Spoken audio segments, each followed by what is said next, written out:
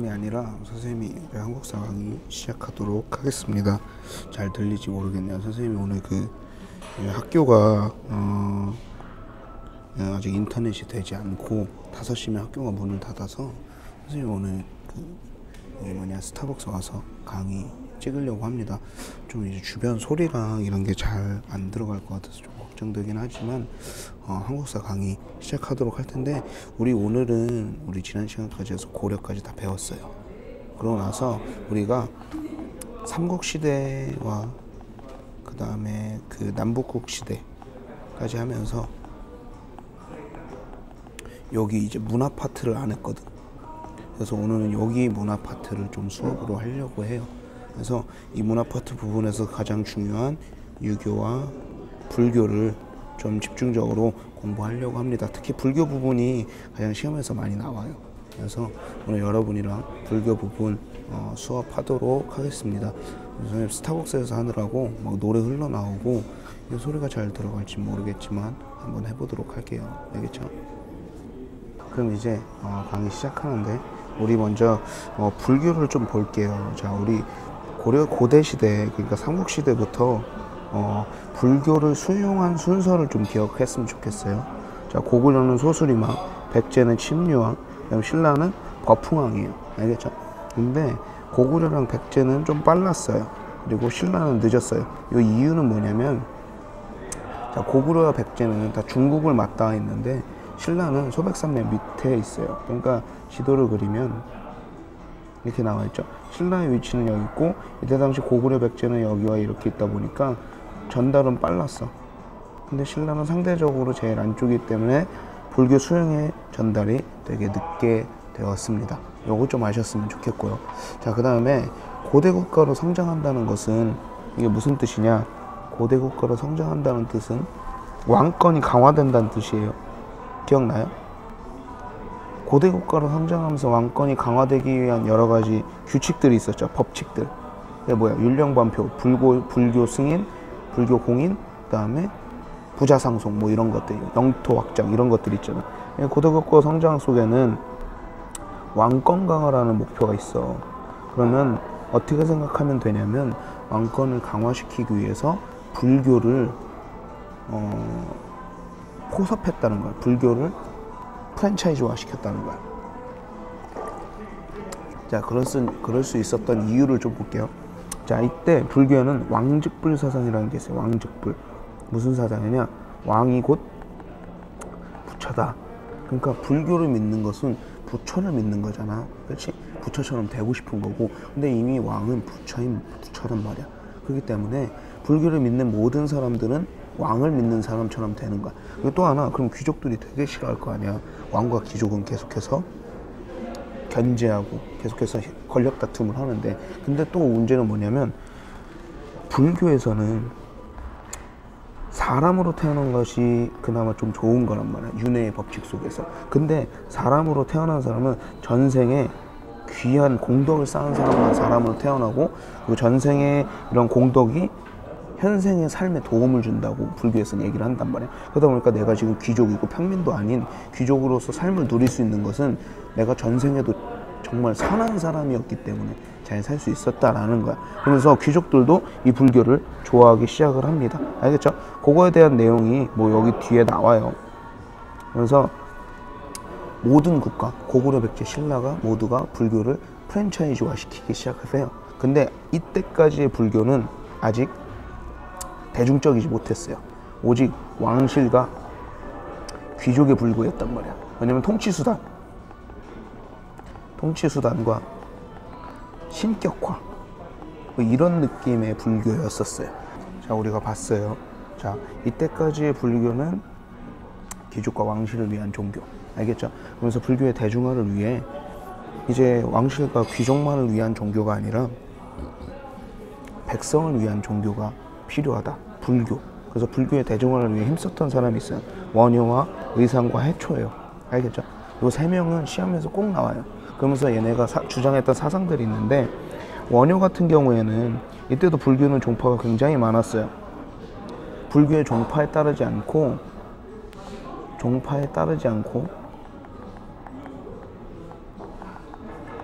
조화롭게 불교를 믿자라고 주장했던 게 바로 화쟁 사상이에요. 화쟁. 종교에 따라 뭐 서로 싸우지 말고 종파를 구분하지 않고 조화롭게 이 불교 하나만을 믿자. 그래서 나무와 탑을 요거 하나로 우리 모두가 하나가 된다. 왜냐면 모든 진리는 한 마음에서 나온다. 일심사상 이런 것들을 얘기했던 거예요. 종파와의 조화. 알겠죠?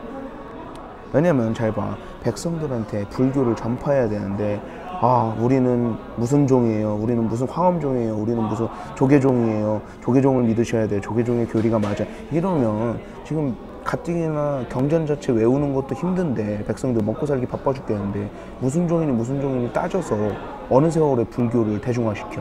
그러니까 원효는 이렇게 얘기를 하는 거예요.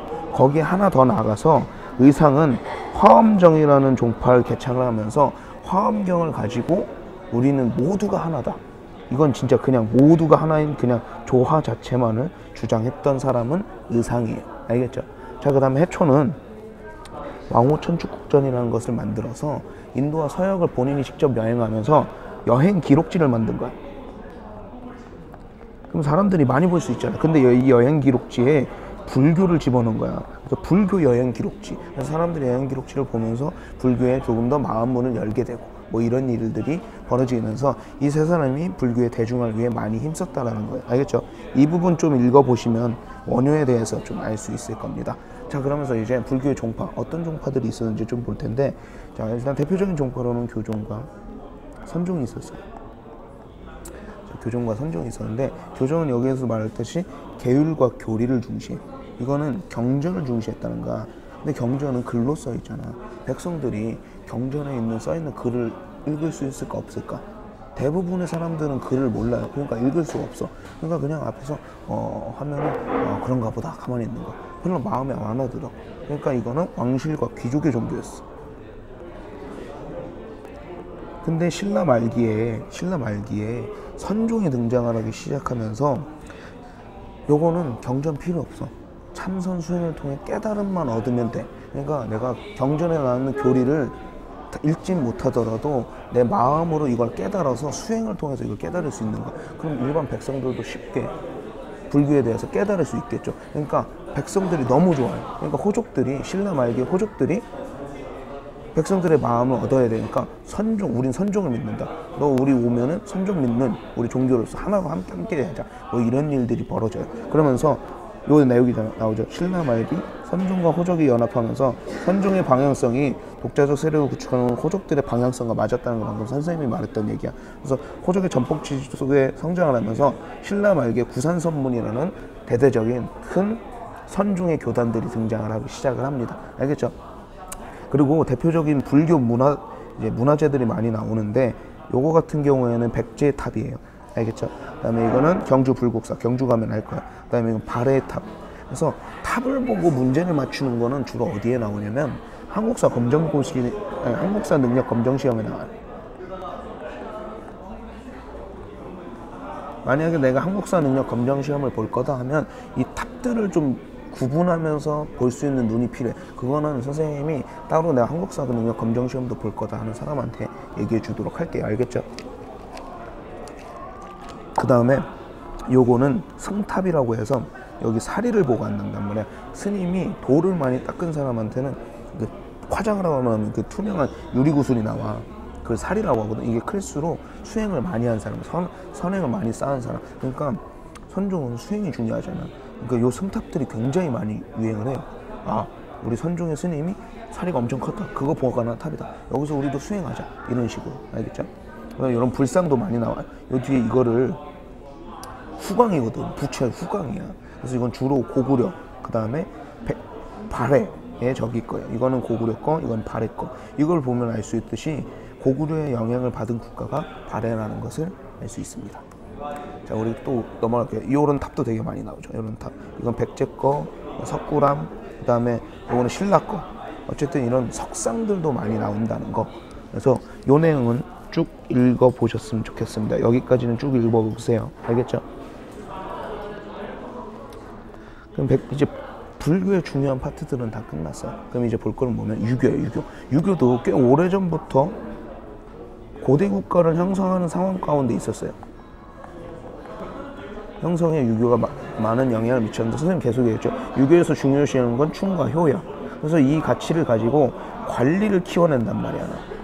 이거는 법칙이야, 법칙. 그러다 보니까 이때부터 고구려도 소수림왕 때 태학을 설립하고 유교 경전을 교육하기 시작해요. 중앙에서는. 지방에서는 경당이라는 곳에서, 여기 한학이 이제 유교의 한 파트예요. 한학과 무술을 가르치고, 그러니까 중앙에서도 가르치고 지방에서도 가르쳤던 거예요. 백제에서는 오경박사라고 해서, 이 오경은 뭐냐면 이제 유교의 중요한 경전이 5가지가 있어요. 사서삼경 뭐 이런 식으로, 알겠죠? 그거를 가르치는 박사들. 그래서 여기에 플러스 의학, 천문, 역법 이런 것까지. 백제도 전문적으로 유교를 가르치는 사람들이 있었다라는 거예요. 자, 오늘 신라도 청소년들이 유교 경전을 공부를 해요. 특히 뭐 화랑 애들이 유교 경전을 공부했던 것 같아. 그래서 임신서기석이라는 돌을 보면은 알 수 있는데, 신라에도 유교 공부를 했다라는 것을, 이 임신서기석은 뭐냐면, 요게 임신서기석인데 여기 이렇게 나와 있어. 우리가 오늘 어디까지 공부했다, 어디까지 서로 공부해오기로 했는데, 우리가 이것을 이날 이때 확인할 것을, 약간 이제 공부 다짐을 돌에서 새겨놓은 거야. 근데 이걸 보면서 신라시대 때도 유학이 있었구나 라는 것을 알고 있습니다. 그리고 유학이 발달하면서 역사서 편찬했다는 거 한번 쭉 읽어보셨으면 좋겠습니다. 알겠죠? 자, 그 다음에 유교가 좀 더 발달해요. 왕권이 강화하는 데 많이 사용을 하기 시작하면서 이제 본격적으로 관리선발에 등장을 하기 시작합니다. 관리선발에 유교 이념이 처음 들어간 거예요. 이때 이제 고려시대에 유교 이념이 들어가는 일이 벌어지는데, 통일신라 때도 왕권이 강화된 상태에서, 원성왕 상태, 독서삼품과에서 경전의 이해수수를 상중하로 나눠서 관리를 뽑았던 거야. 알겠죠? 그리고 신문왕 때는 국학을 설치했다는 거. 알겠죠?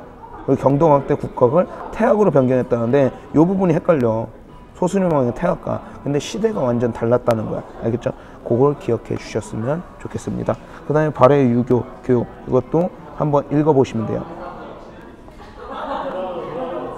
자, 그럼 우리 오늘 이제 고대 국가의 불교와 유교에 대해서 배웠어요. 자, 고대 국가에서 가장 중요한 건 불교가 어떤 의미였어, 왕권 강화에 어떤 역할을 했었고, 그랬던 이 불교가 어떻게 대중한테 펼치게 됐는지 대표적인 인물 3명 나오죠. 그 다음에 유교도 유교에서 가장 중요했던 건 그건 것 같아. 교육기관, 태학, 그 다음에 국학, 그 다음에 관리선발에 유교를 사용했다. 우리 이런 것들 좀 알아보시고, 그 다음에 자기가 조금 더 한국사 검정시험 능력까지 좀 욕심이 있다 하는 사람은 이런 탑과 불상과 이런 것들을 많이 알아봐야 돼. 그래서 그거는 따로 선생님한테 얘기를 하면 선생님이 자료를 더 주도록 하겠습니다. 자, 오늘 수업 여기서 마치도록 하겠습니다. 고생하셨습니다.